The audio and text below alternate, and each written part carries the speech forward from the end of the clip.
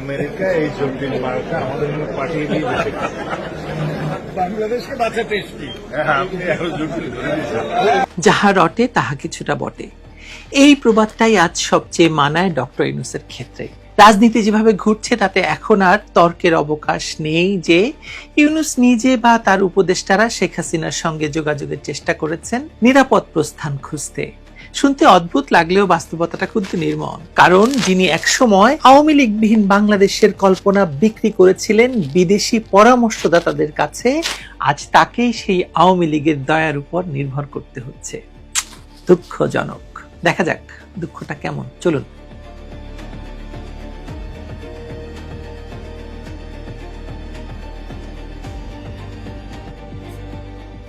Doctor Yunus কিছুদিন আগে একটি সাক্ষাৎকার দিয়েছেন মেহেদী হাসানকে, বিখ্যাত সাংবাদিক। সাক্ষাৎকারে তিনি যেভাবে আওয়ামী লীগকে ফেরানোর পক্ষে ইঙ্গিত দিয়েছেন তা আসলে তার রাজনৈতিক দিক বদলের প্রকাশ।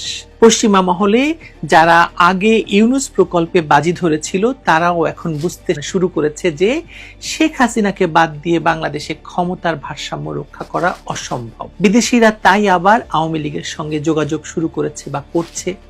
এ দৃশ্যপট নতুন নয়। 2007-08 সালের কথা স্মরণ করি চলুন। 1-11 সরকারও এরকম এক সময় ফাঁদে পড়েছিল, যখন নিজের তৈরি শক্তিশালী প্রশাসনিক কাঠামোই শেষে তাদের ভয়ের কারণ হয়ে দাঁড়িয়েছিল।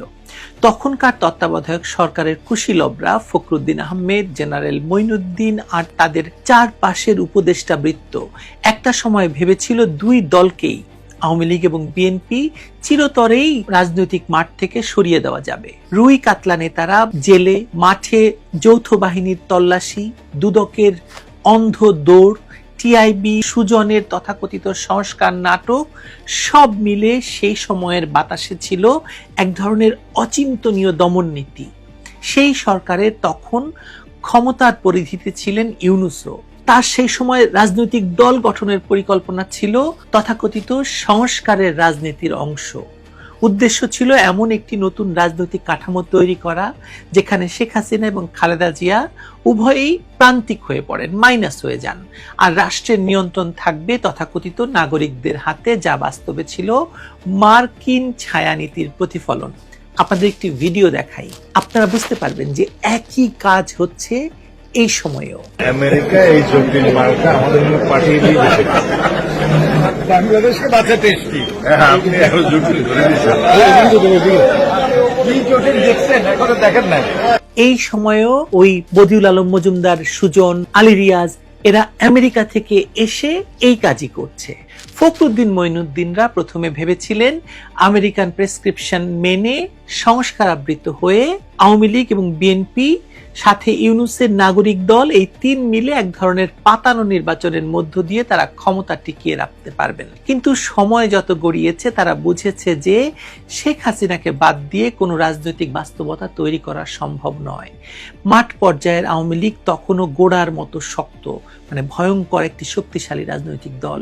শেখ হাসিনা জেলেও ছিলেন কিন্তু তার প্রভাব ছিল অটুট। ফখরুদ্দিন এবং মঈনুদ্দিন দুজনেই শেষ পর্যন্ত মনে করছিলেন যে এই অবস্থায় দেশে থাকা মানে রাজনৈতিক মরণ, মানে আত্মহনন। তখনই তারা দিল্লির দরজায় গিয়ে কড়া নাড়েন, শুধু পরামর্শের জন্য নয়, কিন্তু নিজেদের সেফ এক্সিট নিশ্চিত করার জন্য।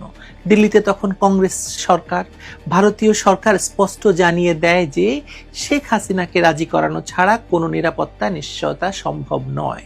তাই দিল্লির পরামর্শেই ফখরুদ্দিন মঈনুদ্দিন দুই নেত্রীর জামিনের ব্যবস্থা করে এবং সব দলের অংশগ্রহণে নির্বাচনের পথ খুলে দেয়। শেখ হাসিনা সেই পথেই ফিরে আসেন আর ফখরুদ্দিন মঈনুদ্দিন নিরাপদে দেশ ছাড়েন। কিন্তু আজও তাদের অবস্থান কার্যত গৃহবন্দী জীবনের মতো। যুক্তরাষ্ট্রের কোথায় তারা আছেন কেউই তাদের খোঁজ জানে না। যেখানে তারা বেঁচে আছেন নাকি মারা গেছেন, সেটা কি মুক্তি নাকি রাজনৈতিক নির্বাসন? ভাবুন, 2007 সালে ঘটনার যে ভিডিওটি দেখালাম, একই কাজ চলছে এখন। এই ইতিহাসই আজকের প্রেক্ষাপটে ফিরে এসেছে নতুন ভাবে। এখন বলা হচ্ছে ইউনূস মহাজনের 6 জন উপদেষ্টা দিল্লিতে শেখ হাসিনার সঙ্গে যোগাযোগের চেষ্টা করছেন। একই উদ্দেশ্য, একটি সম্মানজনক সেফ এক্সিট। কেউ কেউ হাসছেন, কেউ কেউ বলছেন গুজব, কিন্তু যারা 1-11 পরিণতি জানেন তারা বোঝেন যে এই আতঙ্কের শেকড়টা আসলে কোথায়। কারণ আওয়ামী লীগের সঙ্গে বিরোধ মানে কেবল রাজনৈতিক ঝুঁকি নয়, বরং অস্তিত্বের একটি প্রশ্ন। ডক্টর ইউনূসের ভয়টাও ঠিক এখানেই। তিনি জানেন বাংলাদেশের জনগণ, প্রশাসন এবং মিডিয়ার বড় অংশ তার প্রতি ইতিমধ্যে আস্থা হারিয়েছে।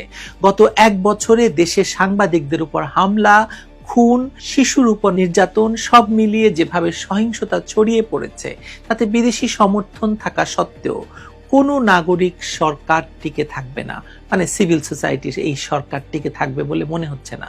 উপরন্তু মাঠের রাজনীতি আরো আওয়ামী লীগের দিকেই ফিরছে। এই বাস্তবতায় ইউনূসের আশ্রয় খোঁজা স্বাভাবিক। এদিকে পশ্চিমা ডিপ স্টেট ও তাদের স্থানীয় অংশীদাররা পুরনো কৌশলেই খেলছে, কারণ তারা কখনো এক ঝুড়িতে সব ডিম রাখে না।